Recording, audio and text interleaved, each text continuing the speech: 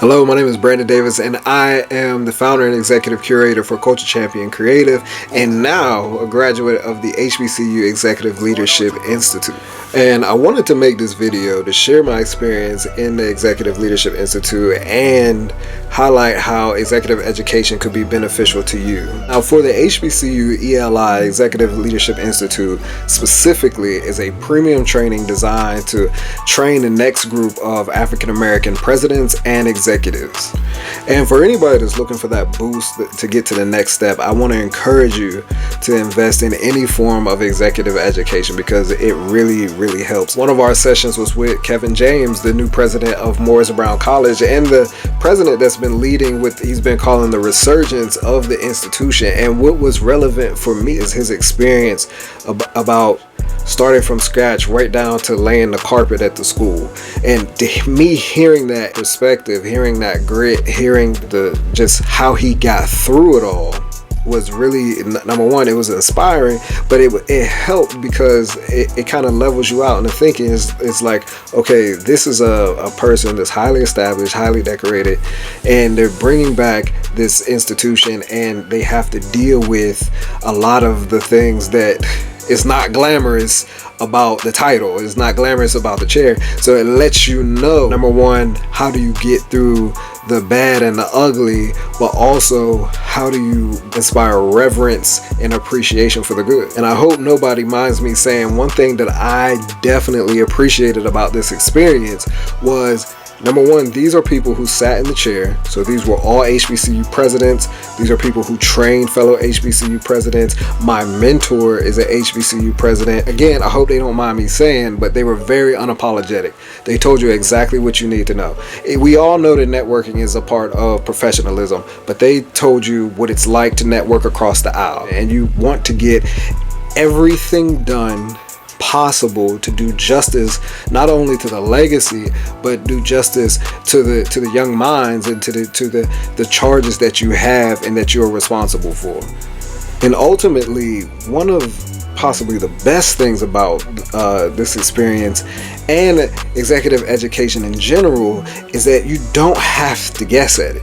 You don't have to guess at it. The only thing you have to do is internalize the lesson for yourself and then go enact it. We had an adaptive problem of practice, and it was based on us. It was based on where we are in our career, the problems that we have and the roles that we have, and we attached it to the competencies and used the competencies to theorize on how we can overcome these hurdles. Now, the conclusion of this project was for us to actually go and practice what we put on paper. And we had our mentors, we had the HBCU President's Council and different past presidents from all over helping you walk through and what you, number one, what you theorize, but helping you walk through actually how to put it in practice, which gets into a conversation of knowledge and wisdom and how do you actually bring that out and perform. Another great feature of the HBCU ELI Executive Leadership Institute is Clark Atlanta, the HBCU President's Council, and all of our HBCUs that are involved are taking the time to make the investment. We all know that networking is a part of professionalism. Your class, and I happen to have the pleasure to be a part of the 5th anniversary, which is the largest class that they've had. Your classmates are just more beneficial connectivities of people that you can relate to. I'm fairly one of the youngest in the class, so seeing these people that are older than me, I went to CBC, the Congressional Black Caucus weekend, saw one of my classmates, and it felt very surprised. It was surprising because, number one, I saw him and we were out, and it was like I saw a brother. It was like I saw a brother, and he had gotten an award that weekend. I was very happy. I was genuinely, vicariously happy for him. So this, in my mind, it invests in something that I think we all need to practice right now, and that is unity. We need to collaborate. Collaboration is key, and that's something that you find in all executive education. And I remember a quote from one of our sessions is, "Those at the top collaborate. Those at the bottom will compete." And we need to collaborate. And again, you don't have to guess at it. you have your mentor, you have this network, and you have a bank of knowledge to go and just cross-reference. I had an off conversation about maybe we should start satellite HBCUs, and just to weigh in and hear the different perspectives and a different culture. I'm from the North. A lot of my classmates are from the South. Hearing the different perspectives and wrapping my head around the different tiny threads of how our cultures differ. It was very, very interesting. Very, very interesting. And we talked about everything. We talked about politics. We talked about how our people approach business and how we approach education. And that's something that I think is invaluable.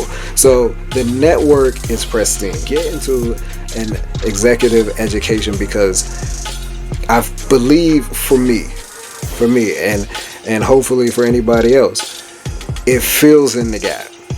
It fills in the gap, and it's something that is worth it. And I will say it is an investment. You do have to go after it. And that also separates those who are not exactly aligned how you are aligned. I know all of the individuals in my class were ambitious, because we all took the time. We all took, for 1 year, we gave up our Saturdays. We for our residency, we went to Atlanta. We gave up our time, and it was a marathon. They definitely test you, and they push you. They push you right up to graduation. So even the residency was hard-hitting, challenging, because, okay, so number one, the residency was a marathon.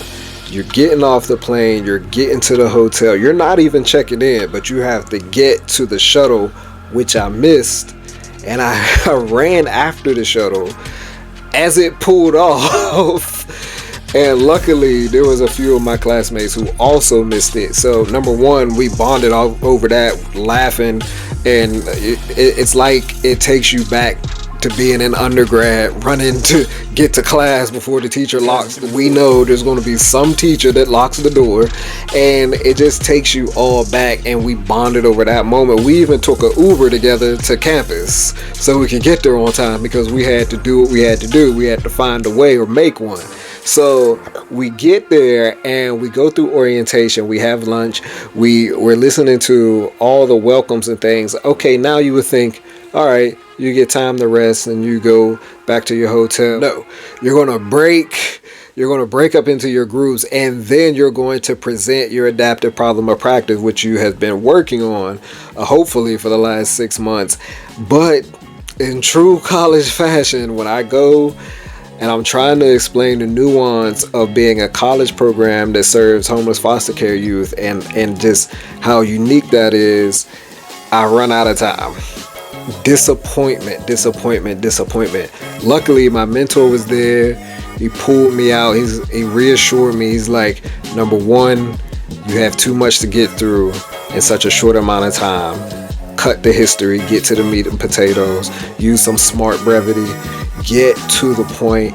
And honestly, if he wasn't there, I'm very hard on myself.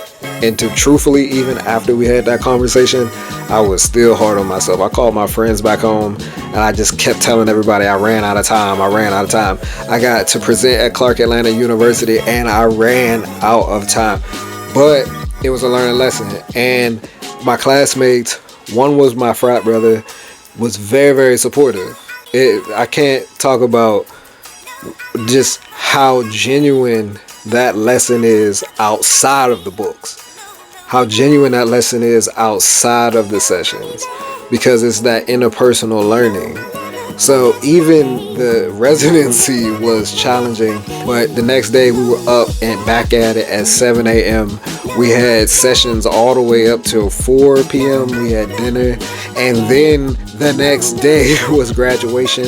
We were back up at 7, going through 3 extra sessions before we even got pinned, before we were even pinned and concluding everything. And then we got on the shuttle. Then we went to the airport to leave. So it was back to back to back. They challenge you.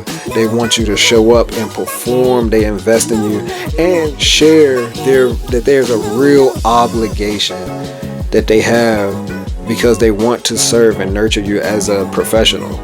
So it is an investment, but you know everybody that is there is invested the same as you are. So this whole experience was very culture centered, which I love and appreciate because it just connected us all to the mission, the legacy, and those that came before us that dwell in this culture also. But one thing that I really loved was that the Sankofa bird was a big feature of our pinning ceremony, because we all know, or if you don't know, the Sankofa bird represents reaching back to the past to gain knowledge to benefit the future. So being charged with that, being a part of that, is extremely empowering. I was even pinned by Dr. Johnny Parham, who is the vice chairman of the HBCU Executive Leadership Institute, but also the past executive director of the Thurgood Marshall College Fund. So this training, without a doubt, goes in line with what Culture Champion is, which is a for-good brand dedicated to advocating, inspiring, and uplifting our culture and community.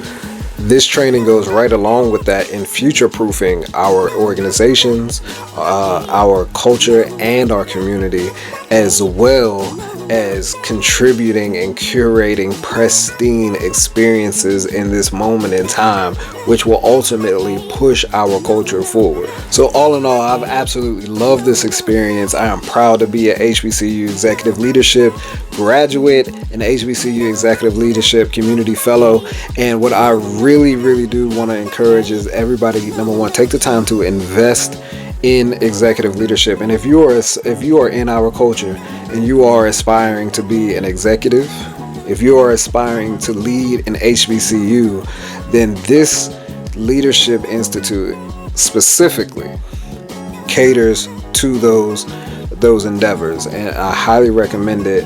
And HBCUs in general have now taken up a charge of providing enhancements, career boosting cohorts, specializations for everyday professionals.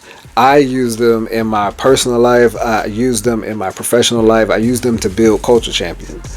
And I feel like this is a great way to also support these institutions, because not only are you taking the time to invest in yourself, but you're benefiting the institution as well.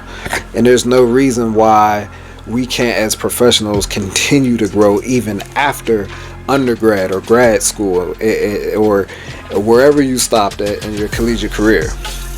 And in true Clark Atlanta fashion, you either find a way or make one.